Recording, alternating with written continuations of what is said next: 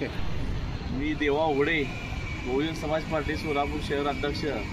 आज बहुजन समाज पार्टीच्या वतीने सोलापूर आयुक्तांना माता रमाई यांच्या पुतळा व त्या परिसरातील काम बंद पडलेलं का बंद होतं व इथून पुढे काम होणारे दर्जेदार व्हावे व माता रमाईचा पुतळा हा कोणाचाही त्यावर आक्षेप असू नये व सर्वांना समाधान व्हावा असा पुतळा असावा यासाठी निवेदन देण्यात आलेले आहे। ते पुतळ्याचा अगोदर काहीतरी टेंडरच्या संदर्भामध्ये प्रवीण बोलत होते, त्या संदर्भाने काय आहे?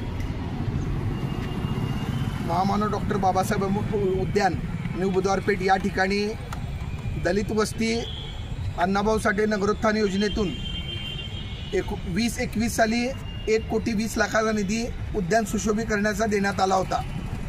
त्याच्यामध्ये भोसले नावाच्या कॉन्ट्रॅक्टरला वर्क ऑर्डर देण्यात आली होती जुलै 2022 मध्ये। त्यानुसार 1 वर्षामध्ये काम होणं अपेक्षित होतं, परंतु मागील 3 वर्ष झालं उद्यानचं काम समाधानकारक झालेलं नाही।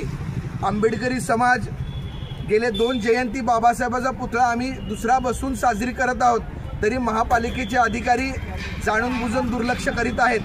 कॉन्ट्रॅक्टर, महापालिकेचे अधिकारी आणि अनधिकृत लोक अशी साखळी करून जाणून बुजून ते उद्यान रखडवाचं काम केलेलं आहे। नुकताच महानगरपालिकेला रमाई आंबेडकर उद्यानासाठी कला विभागाकडून मान्यता आलेली आहे।